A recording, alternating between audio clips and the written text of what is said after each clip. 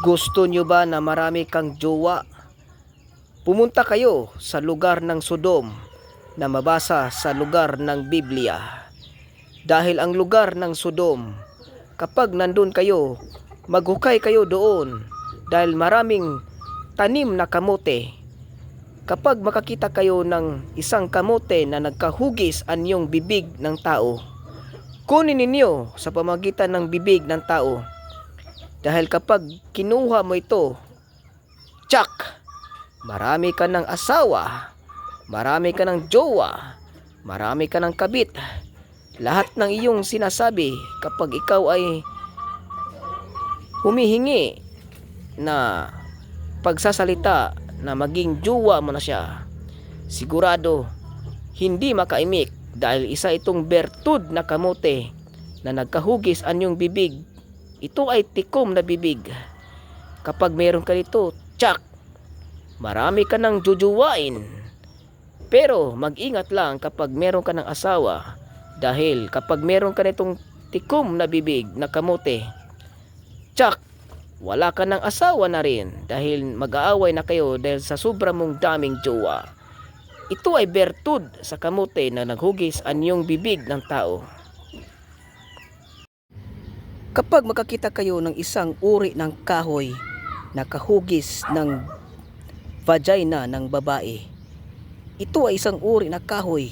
Kunin niyo ito sa pamamagitan ng bibig ng tao para magkaroon ka ng maraming asawa, maraming babae, at maraming jowa. Kapag ikaw ay isang lalaki, kapag kinuha mo ito at iyong kagatin, kumuha kayo nito sa pamamagitan ng bibig ng tao at iyong kagatin sa pamamagitan ng ngipin ng tao. Kapag nakuha mo ito at ilagay mo ito sa bote na may langis at iyong panghaplas para marami ka ng asawa. Kapag ikaw ay lalaki, marami kang asawa, marami kang kabit, at marami kang jowa. Kapag ikaw ay lalaki, ay marami kang, kapag ikaw naman ay babae, ay marami kang lalaki. Basta kapag ikaw ay gusto nyong kumuha nito, tsak! Marami kang jowa.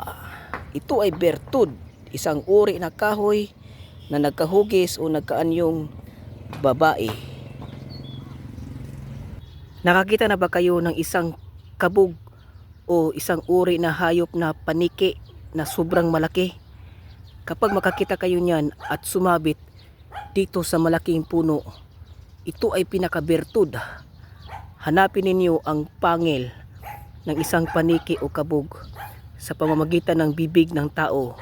Iyong kagatin at kunin ninyo ang pangil para hindi ka makikita ng mga armado, pulis at sundalo at tulisan. Kapag meron ka niyan, hindi ka makikita sa gabi at lagi ka makatakas.